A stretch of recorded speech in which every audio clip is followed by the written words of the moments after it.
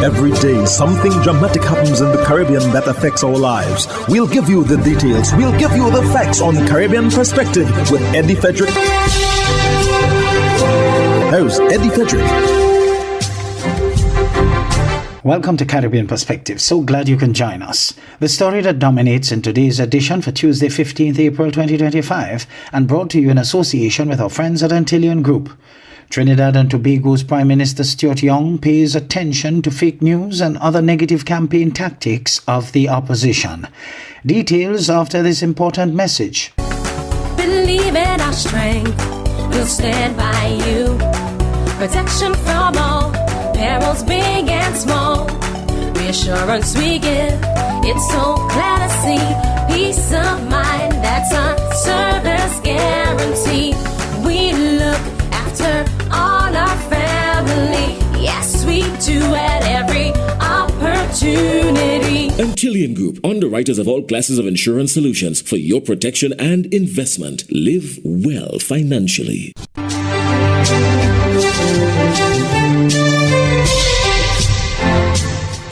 Welcome back. Trinidad and Tobago's Prime Minister Stuart Young is sharpening the PNM's message, targeting misinformation, defending the government's economic choices, and promising more efficient public services. Speaking at the public meeting in San Juan on Friday, the Prime Minister called on voters to stay vigilant. This TTT News item has details. Prime Minister Stuart Young touched on crime, misinformation and public service reform during his address at the People's National Movement's public meeting. I am warning us here in Trinidad and Tobago, do not let Cambridge Analytica 2.0 take root in Trinidad and Tobago, because what is insulting, what I find offensive as a citizen of Trinidad and Tobago and a person who cares about Trinidad and Tobago is the way that they are going about trying to mislead this population. The Prime Minister alleged coordinated online threats from opposition supporters and condemned what he described as a campaign fueled by division. They are recruiting our young black men and our young black girls, paying them $40,000 and putting them there in yellow is the code to attack PNM. And I am wondering, why is it that they are using racism as usual as part of their campaign? He also announced an increase in book grant allocations along with a revision of the means test for social support programs. We are going to increase the book grant allowances to 30,000 of our meaningful citizens, an increase of 10,000. So citizens, be assured that you have a government that does care about you, because caring for our citizens does not mean selling you what cannot be sold. Caring for your citizens does not mean collapse the country and promise what cannot be afforded. With less than 3 weeks to go before voters head to the polls, Mr. Young asked citizens to judge the PNM by its record. Mahalia Joseph Wharton, TTT News. China's retaliation of 125% tariff on U.S. imports with immediate effect shows this trade standoff between the two countries is worsening. More in this ABC News report with Selena Wang. The U.S.-China trade war is only getting worse. It's become a standoff between two global superpowers, and neither side is backing down. In fact, China is hitting back with 125% tariffs on American goods. Those steep tariffs go into effect today. This morning, the U.S.-China trade war heating up. Starting today, American goods entering China face a staggering 125% import tax. Beijing firing back after the U.S. imposed a massive 145% tariff on all goods from China. President Trump optimistic he could reach a deal with China's leader Xi Jinping. I have great respect for President Xi. He's been, in a true sense, he's been a friend of mine for a long period of time. And I think that we'll end up working out something that's very good for both countries. But Xi Jinping defiant, warning that America will only isolate itself. China's finance ministry saying the U.S. would go down as a joke in the history of world economics if Trump keeps piling on the tariffs. The U.S. imported nearly $440 billion worth of goods from China last year, everything from clothes to electronics. Take the iPhone 16 Pro Max, which currently costs $1,199. UBS estimates that could soon increase by $950. Consumers already feeling the squeeze, and businesses are too. Amy Rutherford owns this toy store in Alexandria, Virginia. She says virtually everything she sells is made in China or with parts from China. What's the maximum price increase that this panda could go up to? I mean, if it goes up to 145%, It's an $80 panda. $80 panda at the maximum. yeah. How do you see all of this affecting your business and sales? Well, if it's an $80 panda from 32, then that makes a big difference. People aren't going to want to pay that. And China's retaliatory tariffs could hurt American farmers the most. China buys more American soybeans than any other country. U.S. farmers exported nearly $13 billion worth of soybeans to China last year. In Williamsport, Ohio, Scott Metzger, a sixth-generation farmer, fears China will now buy their soybeans from elsewhere. It could have long-term consequences that we may never gain back from it. As of now, the White House says there are no negotiations happening between the U.S. and China, but Trump officials say that more than 70 countries have reached out to try and negotiate trade deals with the U.S. during this 90-day pause on most tariffs. But even with this 90-day pause, American consumers still face the highest effective tariff rate in more than 100 years.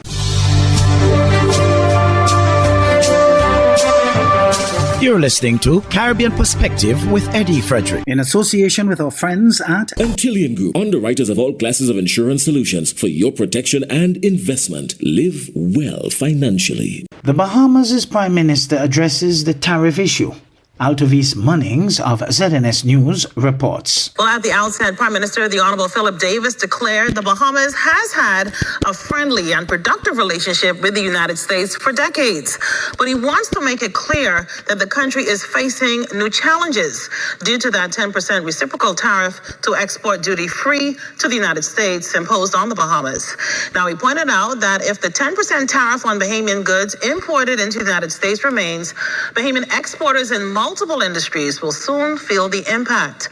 The Prime Minister confirmed that his government has been in contact with United States officials regarding the change in policy, and they're working now with fellow Caribbean countries on collective diplomatic efforts. He's also speaking with Bahamian exporters and working to understand whether there are short-term policies that could be enacted to cushion out the fallout. My government has taken trade diversification seriously from the start, which means that for the first time, our country has in place an agency dedicated to expanding trading opportunities and a national trade policy. Significant efforts to create new trade relationships were already underway, and those efforts will now be intensified. The new tariffs are likely to cause new inflationary pressures, which would mean higher prices for Bahamian consumers. For a country like ours, higher prices will add to what is already an unbearable high cost of living. We are very concerned about the impact on Bahamian families. Sir admits tourism may take a hit from these tariffs. The government's relying on its new energy reform plan and that 5% value-added tax reduction of food store items to reduce the burden of high prices. And while the government touts the recent Moody's credit rating from stable to positive, Prime Minister Davis acknowledged that their report did state the country remains vulnerable to external shocks. And this is why he affirms that his government is doing all it can to mitigate economic peril at any cost. Today, we face new risks amid enormous uncertainty. The U.S. tariffs are the highest they've been in more than a century. And since then, of course, the world's economies and supply chains have become intertwined in complex ways, making it difficult to predict with precision what happens next. Brothers and sisters, we may be in uncharted territory, but we know how to survive storms. We have always found a way to create opportunities out of uncertainty, to forge clarity and purpose from chaos and confusion. The Prime Minister is confident the country will pursue a constructive path forward as we seek blessings and prosperity for all of our citizens and for all of our neighbors, including our friends in the United States of America. PNCR says the PPP is clutching at straws in an election year in Guyana and pours cold water on President Ali's NIS pledge to contributors. Travis Chase of HGP Nightly News fills us in. President Irfan Ali's announcement that more than 10 billion would be paid out to persons who did not make the maximum number of national insurance scheme contributions for them to be eligible for social security pensions is being viewed by the People's National Congress Reform as unjust and deceptive. It is the position of the PNCR that the 10 billion NIS payout only accounts for a small portion of what workers would have already contributed to the national insurance scheme.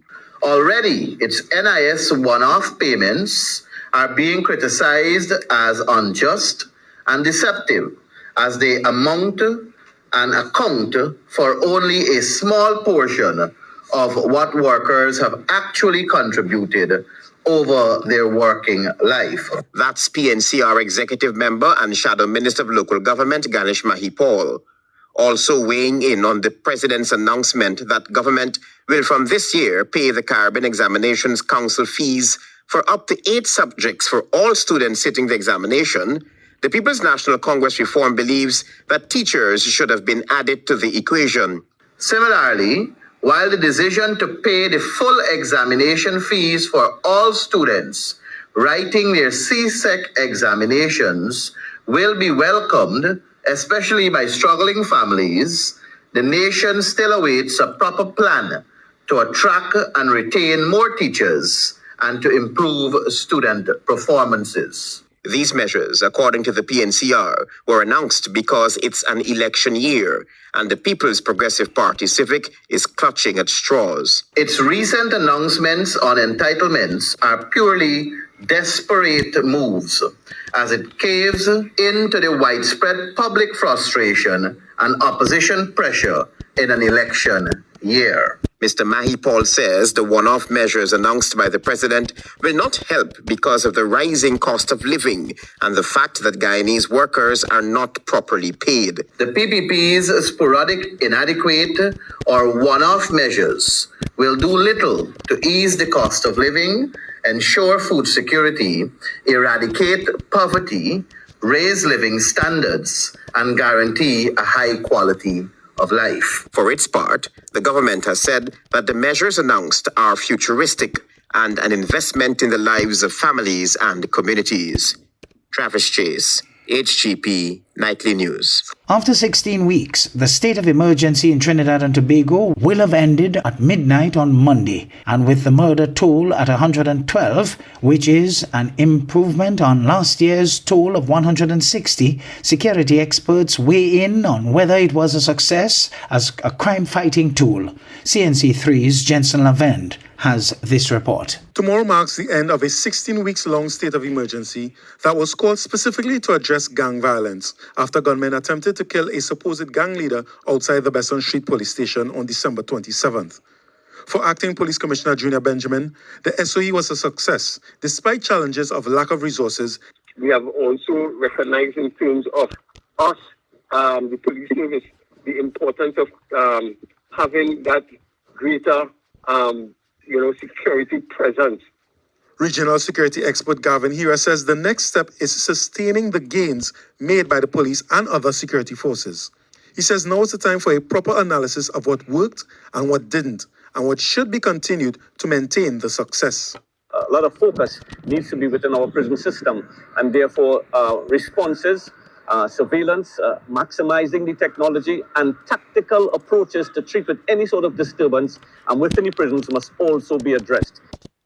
Criminologist Dr. Melissa Neptune Figaro tells CNC3 News it is important that we look at the statistics before the SOE is declared a success. But there's so much more to go, so much more policies and programs and different types of initiatives to implement to actually get the results that we need. Former Police Commissioner Gary Griffith says if it were up to him, he would never use a state of emergency to fight crime, but welcome the notion that it did bring some semblance of ease to the public as it pertains to the fear of crime. The things that would have been done during this SOE could easily have been achieved without the SOE, because there's something called a National Security Alert State. That National Security Alert State is done in other parts of the world, where you have it color-coded from green to amber to red to black, and based on the threat, the escalation of the threat, you can intensify your operations, your policies, and so forth. Minister in the National Security Ministry Keith Scotland agrees that the SOE was a success and assured that the efforts seen in the last 16 weeks will be maintained. But the opposition's Shadow Minister of National Security, Jayanti Lakshmidyal, disagrees. She says it was a failure as there were over 100 murders and other serious crimes. The acting commissioner says there were over 3,000 arrests, 195 guns seized, along with over 4,000 rounds of assorted ammunition. He says the murder toll was 112 as of Friday, compared to 160 for the same period last year and 164 for the previous year. Jensen Lavend, CNC3 News.